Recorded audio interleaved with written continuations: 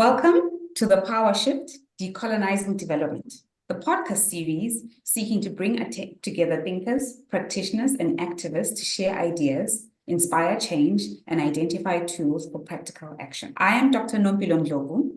I am a Zimbabwean living and working in South Africa.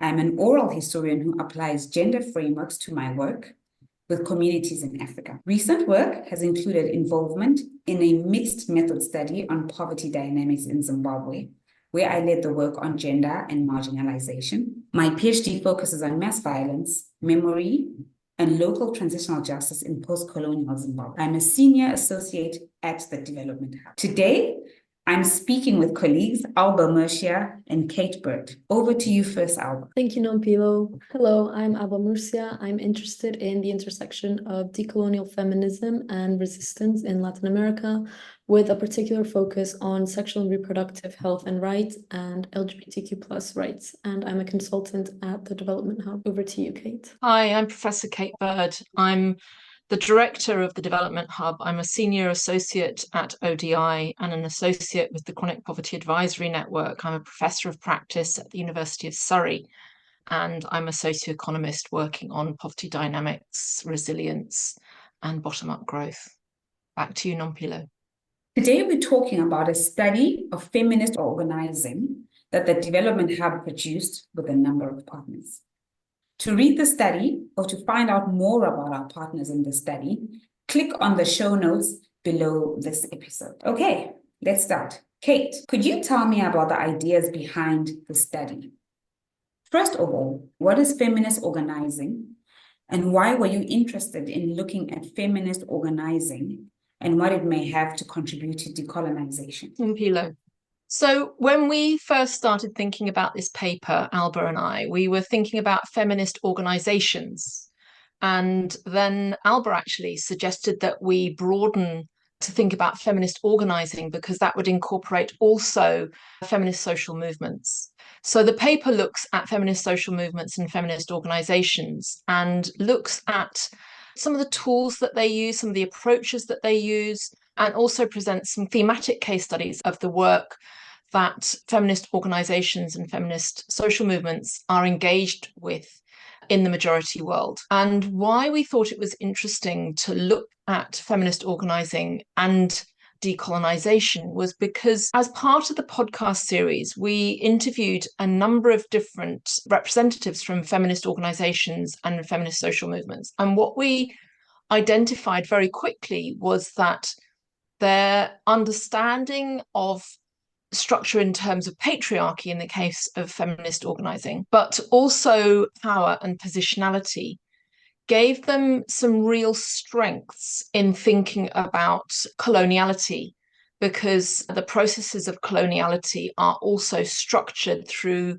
hegemonic thinking, racism, and the way that racist thinking has become institutionalized and structural, and the way that it governs the development and humanitarian sectors. So that's why we thought it was a useful entry point to think about what feminist organizing has in terms of observable approaches and entry points that might be useful for the wider Shift the Power movement. Thank you for that.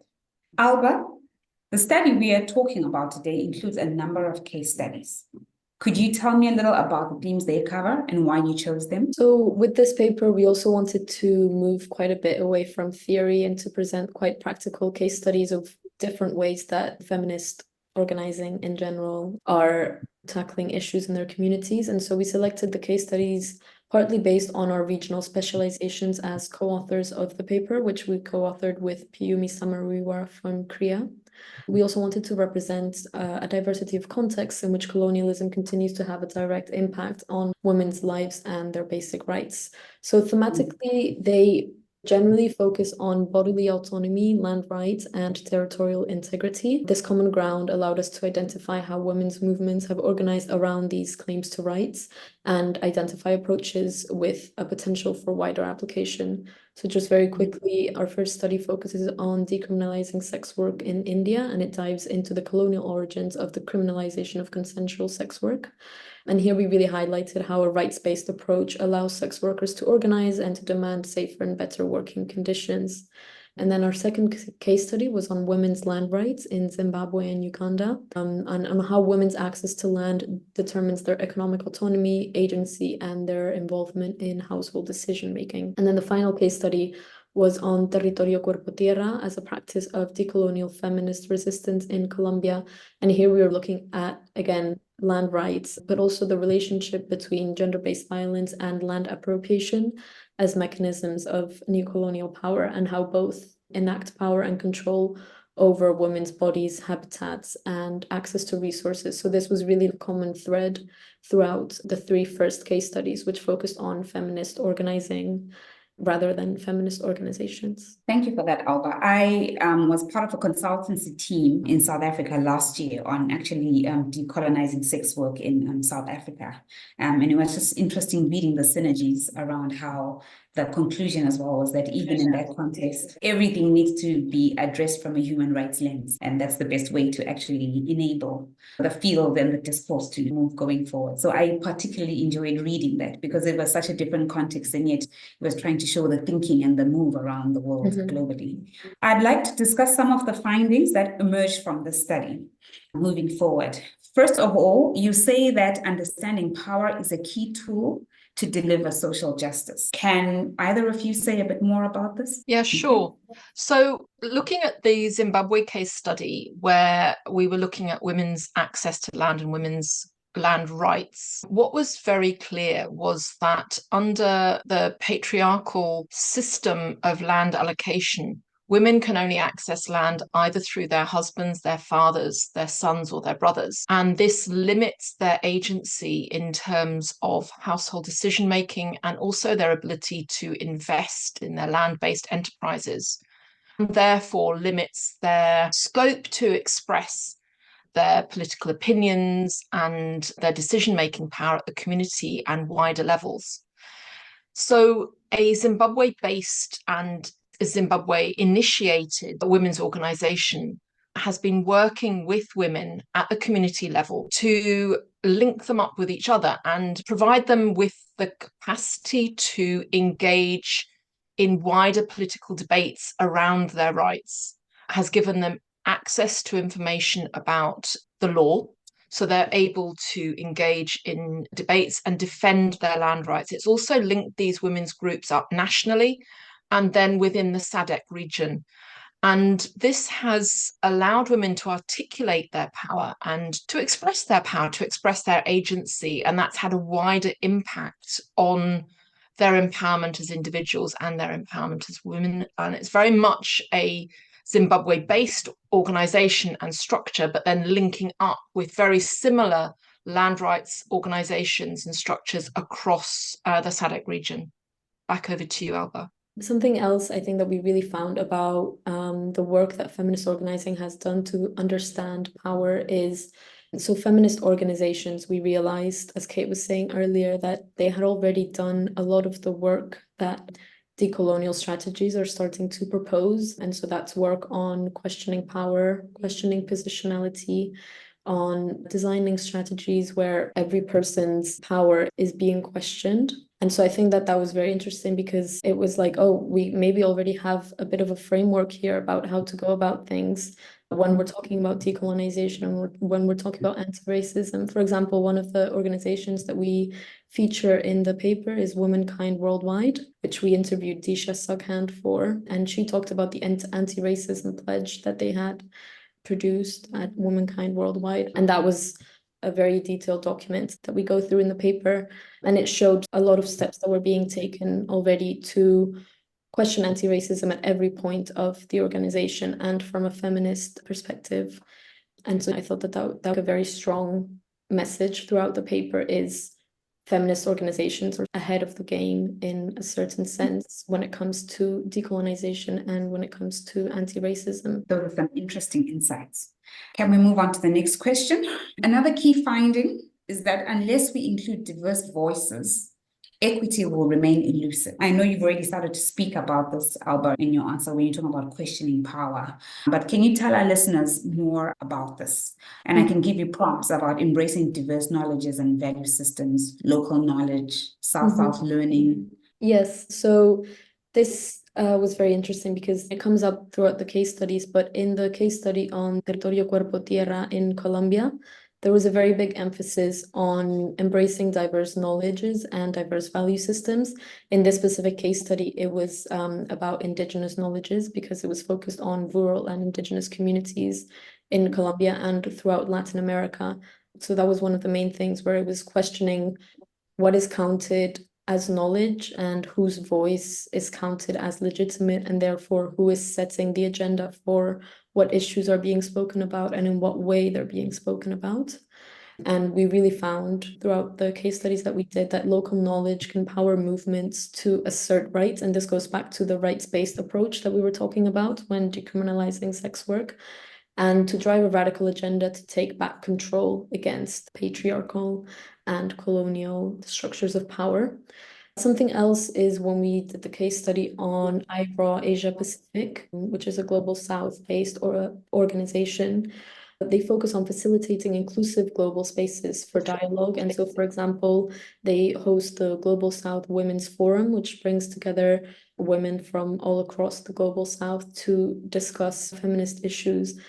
And we interviewed Priyanthi Fernando to talk to us about this, and she really focused on their efforts to make the event as inclusive as possible, and that's practical things with sorting out people's visas, making sure that as many diverse people as possible could be in the room. And so, for example, they found that when they hosted the Global South Women's Forum online for a few years due to the pandemic, participation increased massively, and they were able to actually get so many more diverse people from so many more communities because it was easier to access online than having to travel to a forum. And we spoke a lot as well when talking about diverse voices and when global forums are held, how there's a double standard where when they're held in the global north, they'll invite people over from the global south to come to their global events, but that doesn't tend to happen the other way around. So organizations and people from the global north will not attend the ones in the global south. And so we spoke about that double standard and about how these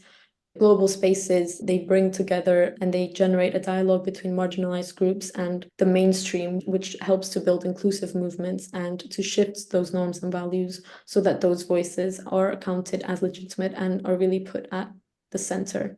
But as we've spoken about throughout the podcast, I think this comes with going all the way down to questioning whose knowledge we're counting as legitimate and whose voice we're counting as legitimate in certain spaces. Okay, can we move on to the next question then? All right. It's been great talking with you today. To close off, Alba, can you identify a practical step that our listeners and viewers can take to support shifting power, anti-racism, and decolonization, whether they are members of the engaged general public or work in the development sector? The main takeaway from the paper for me in regards to this was the importance of understanding a diversity of contexts and really holding space for those differences. So I would say that a practical first step would be to be conscious and self-reflective when engaging with different communities, be that in development work or outside of it as well, and to be open to not only different ways of doing things, but also, as I was saying just now, different forms of knowledge and different understandings of what we consider the same issue. And we can really see this in the case studies presented in the paper, because although the women in each of the case studies are ultimately all impacted by patriarchal and colonial systems of oppression, each community has really developed very diverse strategies and perspectives to challenge these power structures. Over to you, Kate. Yeah, thank you, Alba. I think something that stands out for me is the importance of understanding power and how power works, and related to that, positionality and our power as individuals. And I think too often people in international development and humanitarian action, people who are from the minority world or global north, are kind of blithely unaware of the power that they have in interpersonal interactions within teams, within organizations, and how their organization is powerful within the broader ecosystem. So I think really beginning to understand the power of people from the minority world is really crucial if we're thinking about decolonizing. It's useful to look at the ways in which feminist organizing have really thought about power and the tools and mechanisms that they've brought to bear to work on power and to shift power, because I think the tools that they have can be very usefully applied in decolonization. So for me as an individual, what I take away from this piece of work is really reflecting on my own power and positionality and taking a pause and really considering and thinking about that. So having a thoughtful approach, I suppose. Okay. And I've seen this increasingly coming up in a lot of the work that you're doing, power, positionality, personal transformation. So that's wonderful to hear. I hope that the paper receives the right kind of traction, and yeah, that we continue to disseminate it online.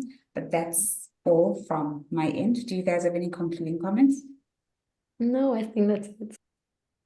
Not from me, just goodbye to everyone. Yes. Thank you. Yeah. It All was righty. nice to Thank speak. you. Bye.